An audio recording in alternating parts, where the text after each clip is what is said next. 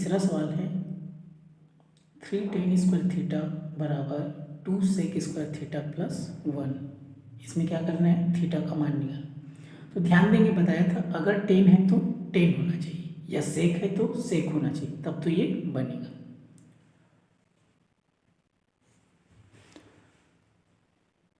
पहले हम प्रश्न को लिख लेते हैं। ये हो गया आपका 3 tan स्क्वायर थीटा बराबर 2 sec square theta plus 1।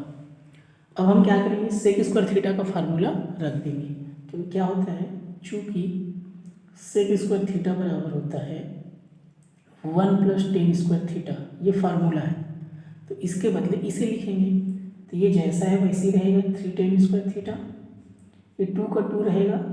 Sec square theta के बदले लिखना है 1 प्लस टेन स्क्वायर थीटा, और यहाँ कोष्टक लगा देना है, प्लस ये 1 का 1 ही रहेगा।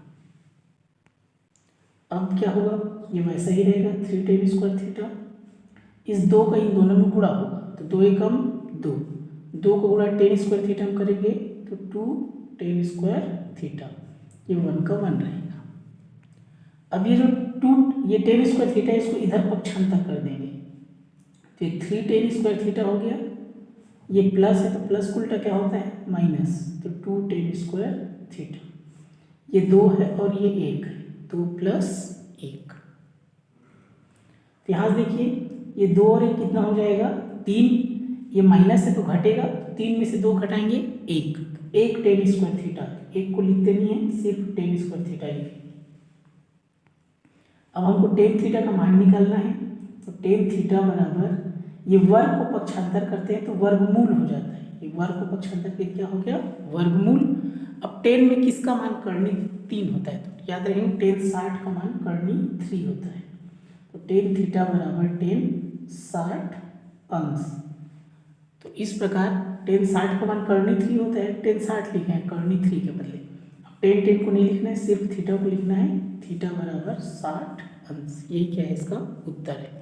अब उत्तर हमेशा 0 से 90 अंश के बीच में आना चाहिए।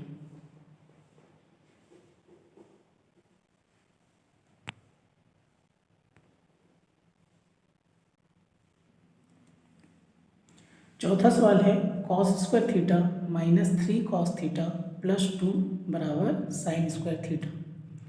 तो बताया था अगर cos है तो सब cos होना चाहिए, या साइन है तो सब साइन होना चाहिए। तो हम यहाँ पर इस साइन को cos में बदल देंगे, फिर उसके बाद ये सॉल्व करेंगे। तभी हो जाएगा आपका cos square theta minus 3 cos theta plus 2 बराबर साइन स्क्वायर थीटा। ये प्रश्न हो गया। अब क्या करेंगे, इस साइन को हम cos में बदल देंगे, तो साइन स्क्वायर थीटा बराबर होता है 1 माइनस cos स्क्वायर थीटा। ये फार्मूला है, कौन से फार्मूले से आता है, sine square theta plus cos square theta बराबर 1 होता है। तो साइन का मान निकालेंगे तो cos पक्षांतर हो जाएगा, तो 1 माइनस cos स्क्वायर थीटा हो जाएगा। इधर को जैसा है वैसे लिख देंगे, cos square theta minus 3 cos theta plus 2। अब इन दोनों को इधर पक्षांतर करेंगे, तो cos स्क्वायर थीटा हो गया, ये वाले को इधर पक्षांतर कर देंगे, तो ये माइनस cos स्क्वायर थीटा है, तो ये माइनस का क्या हो जाएगा, या फिर इसको पूरा लिख लेते हैं 3 cos थीटा प्लस 2। अब इसको इधर लेंगे तो माइनस उल्टा प्लस cos स्क्वायर थीटा होगा, और प्लस उल्टा क्या हो जाएगा, माइनस। तो यहाँ पर क्या बचेगा, 0, क्योंकि दोनों को इधर ले आए, पक्षांतर के चिन्ह बदल गए, यहाँ कुछ नहीं है तो 0। अब यहाँ देखिए, ये cos स्क्वायर थीटा है, ये cos स्क्वायर थीटा है, तो एक जैसे जुड़ता है ना, तो यहाँ पर इसके सामने में 1 रहता है, इसके भी सामने में 1, तो 1 और 1 हो जाएगा 2 cos स्क्वायर थीटा हो जाएगा। ध्यान देंगे, क्लियर है। इसको cos 1 4 नहीं करना है, 1 और 1 2 cos स्क्वायर थीटा। उसके बाद ये माइनस 3 cos थीटा वैसा ही रहेगा। देखिए ये प्लस 2 है और ये माइनस 1 है, तो असमान चिन्ह घटता है, तो 2 में से 1 घटेगा, 1 बचेगा, चूंकि 2 बड़ा है इसलिए प्लस रहेगा। क्लियर, 2 बड़ा है इसलिए प्लस। अब ये आपका बन गया क्या, गुणनखंड बन गया। 3 ठो जब भी रहता है इस प्रकार, 1 2 3 ठो, तो गुणनखंड विधि से हल करना है, तो ऐसा 2 संख्या लेना है। इसको आप श्रीधराचार्य विधि से भी बना सकते हैं। यहाँ से पहले और लास्ट का गुणा होता है, मतलब 2 और 1 का गुणा होगा, तो 2 एकम 2, ये 2 और ये 1 का।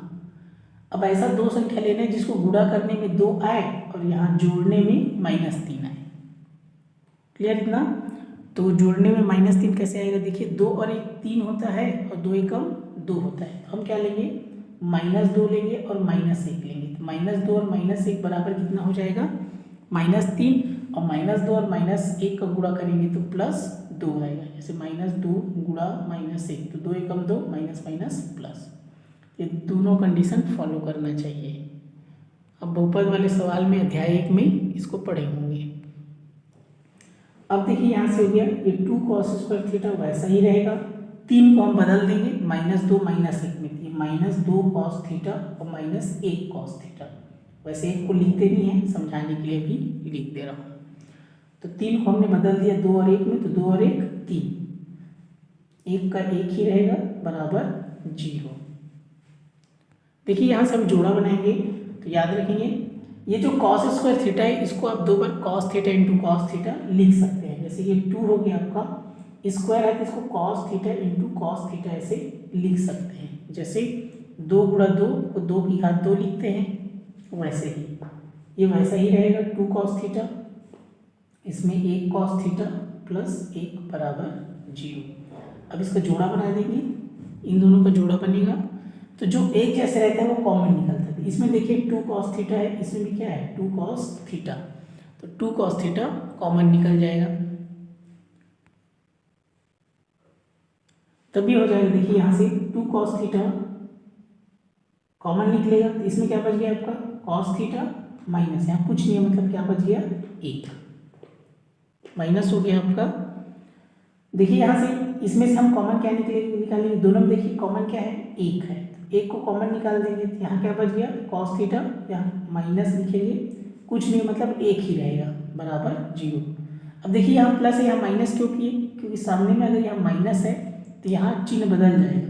देखिए इसको गुणा करेंगे तो cos थीटा एकम cos थीटा, माइनस है तो माइनस, और माइनस माइनस प्लस 1 एकम 1। अगर उतना आपको समझना है तो यहाँ पर देखेंगे अगर यहाँ माइनस है तो यहाँ भी माइनस ही रहेगा।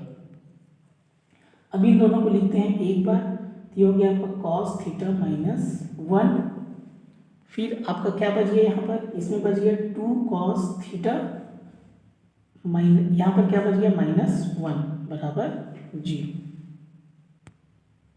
क्लियर इतना? अब देखिए यहाँ से तुलना करेंगे इसको शून्य से, तो एक बार हो जाएगा, यहाँ पर लिखेंगे तुलना करने पर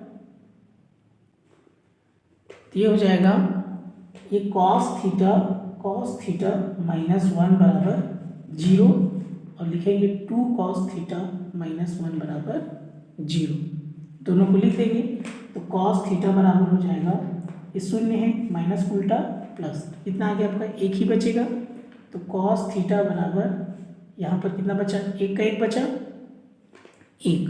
तो cos में किसका मान 1 होता है, तो cos शून्य का मान 1 होता है। cos थीटा बराबर cos 0 अंश, cos शून्य अंश का मान क्या होता है 1 होता है, तो यहाँ थीटा बराबर क्या हो जाएगा 0 अंश। एक तो आया, यहाँ पर देखेंगे 2 cos थीटा हो गया, ये शून्य हो गया, माइनस उल्टा क्या हो जाएगा प्लस, अब ये 1 आएगा, 2 कहाँ जाएगा इसके नीचे, तो cos थीटा बराबर 1/2। अब cos में किसका मान 1/2 होता है, cos 60 का मान 1/2 होता है, तो लिखेंगे cos थीटा बराबर cos 60 अंश। cos 60 अंश का मान क्या होता है 1/2 होता है, तो यहाँ पर इसका मान कितना आ गया थीटा बराबर 60 अंश। तो इस प्रकार इसका 2 उत्तर आया, क्या क्या है लास्ट में लिख देंगे।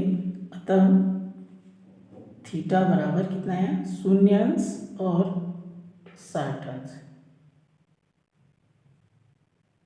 ये क्या है इसका उत्तर है।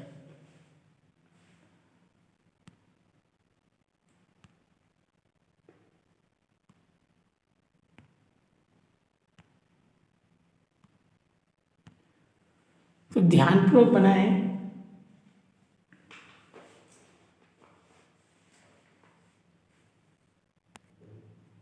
आपको प्रोसेस पर ध्यान देना है, आपको ये गुणनखंड करने आना चाहिए।